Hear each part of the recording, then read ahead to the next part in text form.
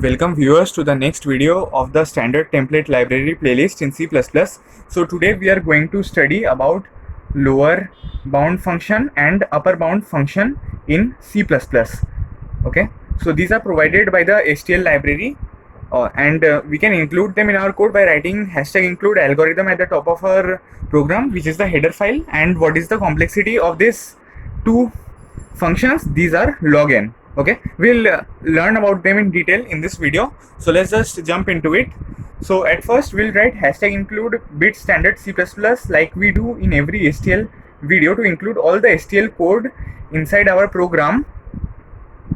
And after writing #include bit standard C++.h, we'll write using namespace std.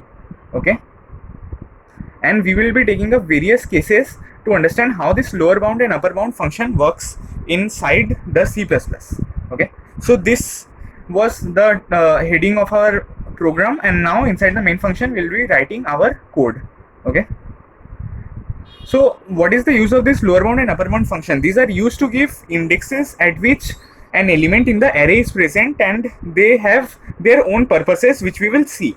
So let's say we have an array int a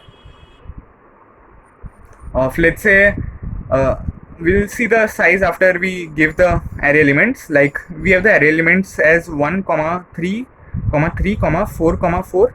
So how many elements are over here? 1, 2, 3, 4, 5 and 6. So we'll give over here as the size as 6. So int a 6 size array has these elements. Now we will perform the lower bound function on this array. Okay, so at first we will declare a variable in which we will store the indexes of the elements which we are going to find with the help of this lower bound function. Okay, so we are doing something like this. Int is equals to, int denotes index, and this is a variable which you can name anything according to whatever you like. Lower underscore bound, and then a comma a plus 6.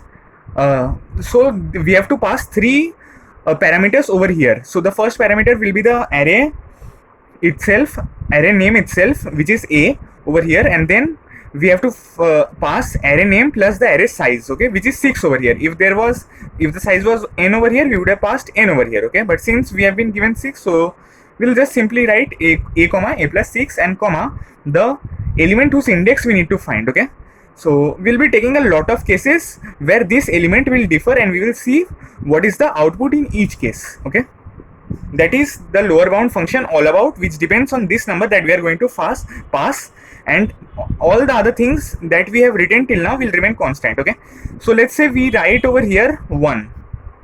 So what will be the output in that case? What is the first occurrence of 1 at which index? So the first occurrence of 1 is at the index 0, so the output will be 0 in this case.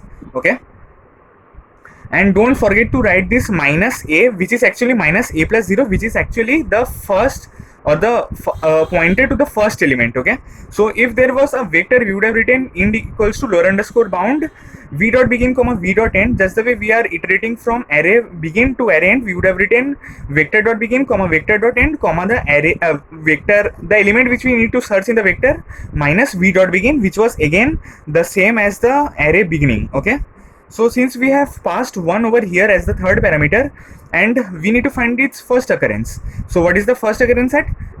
It is at index 0, so we will get the output as 0. So similarly, if we write the same things, and in this bracket, what do? We give another number, let's say 2. So since 2 is not here, not present in this array, what does this lower bound function do?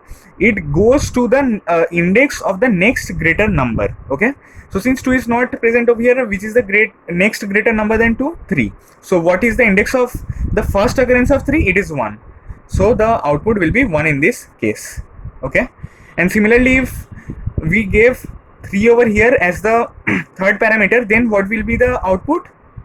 The output will again be 1, because we are getting, since 3 is already present, and we have to find the first occurrence of 3. Okay, so if the number which we are passing is present, then its first occurrence will be returned to us. So the first occurrence means the first index at which it is present, and if the number is not present, like in 2, the next greater number will be found and its index will be returned to us. Mind you, this array needs to be sorted. Okay, So the time complexity that is used in finding these elements in the array is log of n.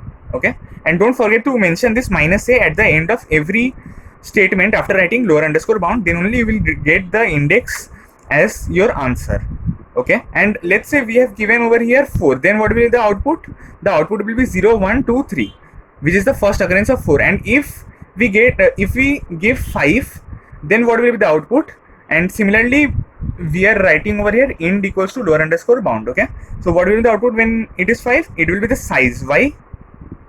Because 5 is already not present, and whenever a number is not present and it is greater than all the other numbers which are already present in the array, then the size of the array will be returned. You just need to keep this in mind. And the same thing is happening over here. If there was 6 given over here, 6 would have been the largest number in the array, and there would have been no occurrence of that number in the array, so the size of the array would have been returned. So any number which is greater than the greatest number in the array is, if passed inside this third parameter, then the size of the array will be returned. Okay, so this was all about the lower bound function, which will help us to solve a number of programs which we will do in the next video. But at this moment in this video, we just need to know what is the concept behind this lower bound function. Now next is the upper bound function. Okay, so now let's say we have int equals to upper underscore bound. Mind you, everything will be in small letters, and if we were doing this on a vector, let's say we had a vector int a6 equals to these elements, then we would have done v dot begin comma v dot end and then the number minus v dot begin. You just need to simply replace the array parameters with the same vector parameters. Okay, so instead of the first array parameter, we would have given v dot begin, and here we would have given v dot end minus again v dot begin. Okay, so similarly what we will learn about the upper bound function. So in the upper bound function, we will do something like a comma a plus 6 again. All these things will remain constant, and only this third parameter will change. Okay, so now what will be the parameter over here?